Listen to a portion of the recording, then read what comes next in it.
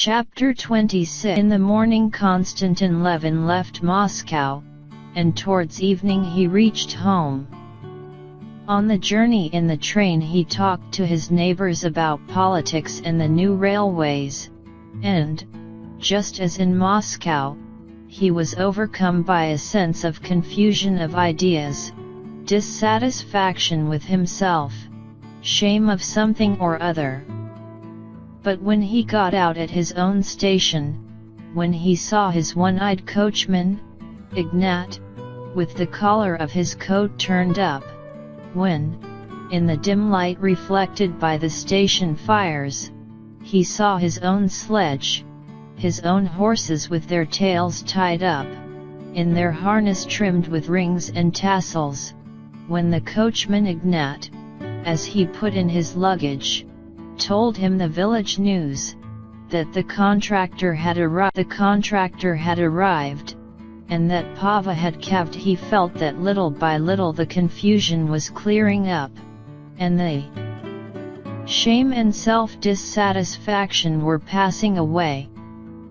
He felt this at the mere sight of Ignat and the horses, but when he had put on the sheepskin brought for him, had sat down wrapped in the sledge, and had driven off pondering on the work that lay before him in the village, and staring at the side horse, that had been his saddle horse, past his prime now, but a spirited beast from the dawn, he began to see what had happened to him in quite a different light.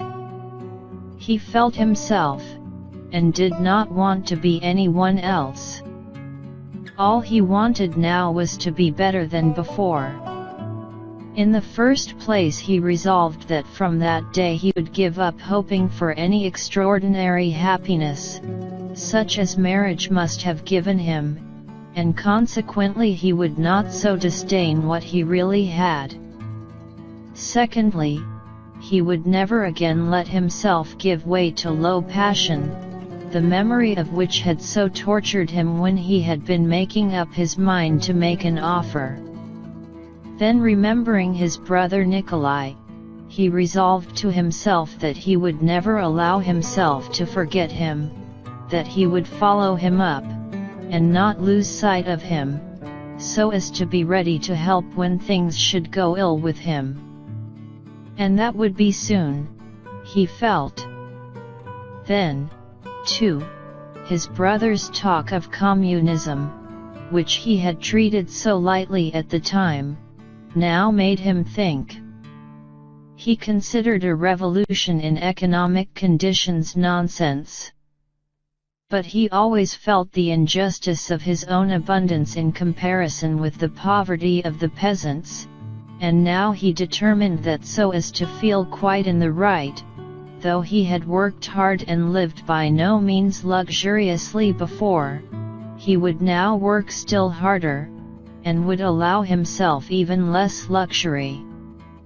And all this seemed to him so easy a conquest over himself that he spent the whole drive in the pleasantest daydreams. With a resolute feeling of hope in a new, better life, he reached home before 9 o'clock at night. The snow of the little quadrangle before the house was lit up by a light in the bedroom windows of his old nurse, Agafea Mihailovna, who performed the duties of housekeeper in his house. She was not yet asleep.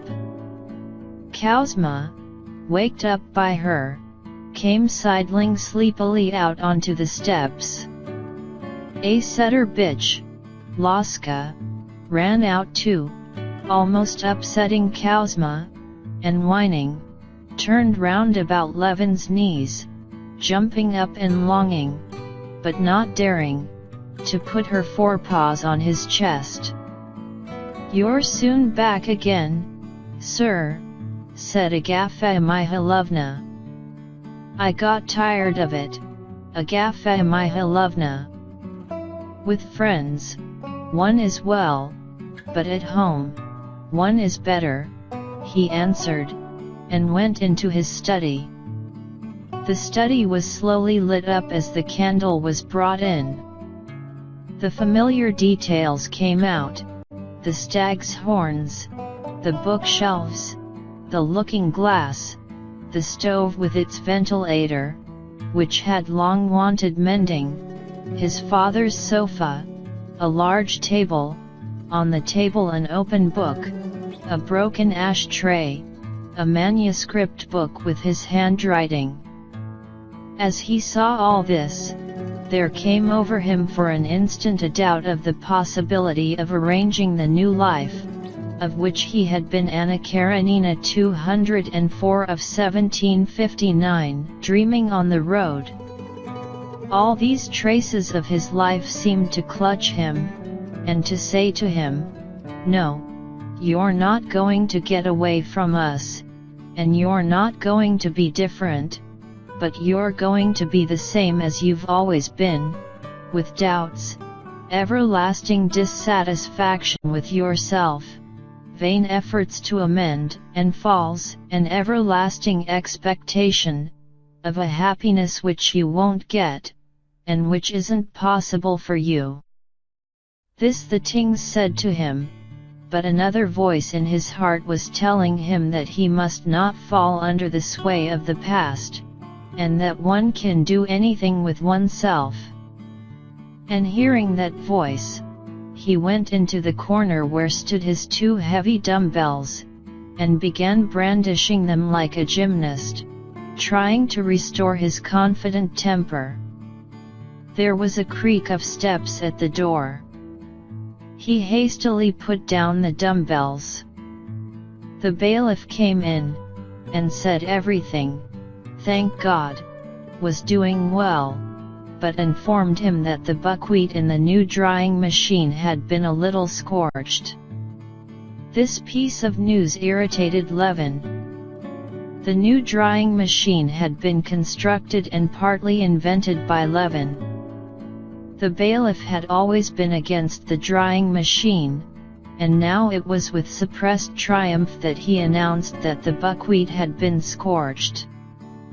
Levin was firmly convinced that if the buckwheat had been scorched, it was only because the precautions had not been taken, for which he had hundreds of times given orders. He was annoyed, and reprimanded the bailiff. But there had been an important and joyful event. Pava, his best cow, an expensive beast, bought at a show, had calved. "Cowsma, give me my sheepskin. And you tell them to take a lantern.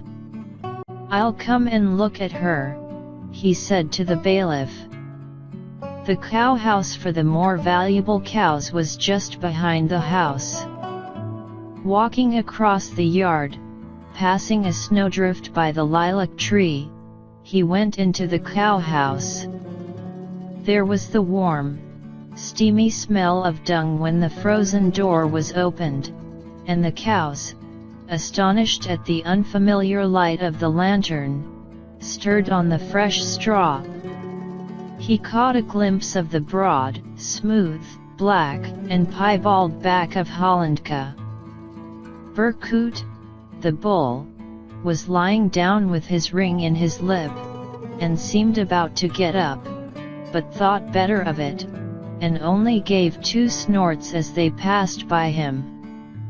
Pava, a perfect beauty, huge as a hippopotamus, with her back turned to them, prevented their seeing the calf, as she sniffed her all over. Levin went into the pen, looked Pava over, and lifted the red and spotted calf onto her long, tottering legs. Pava, uneasy, began lowing, but when Levin put the calf close to her she was soothed, and, sighing heavily, began licking her with her rough tongue. The calf, fumbling, poked her nose under her mother's udder, and stiffened her tail out straight. "Here, bring the light, Fyodor, this way," said Levin, examining the calf. "Like the mother. Though the color takes after the father, but that's nothing. Very good. Long and broad in the haunch. Vasily Fedorovich, isn't she splendid?" he said to the bailiff, quite forgiving him for the buckwheat under the influence of his delight in the calf. "How could she fail to be? Oh, Semyon the contractor came the day after you left. You must settle with him, Konstantin Dmitrievich," said the bailiff. "I did inform you about the machine." This question was enough to take Levin back to all the details of his work on the estate, which was on a large scale, and complicated. He went straight from the cow house to the counting house, and after a little conversation with the bailiff and Semyon the contractor, he went back to the house and straight upstairs to the drawing room.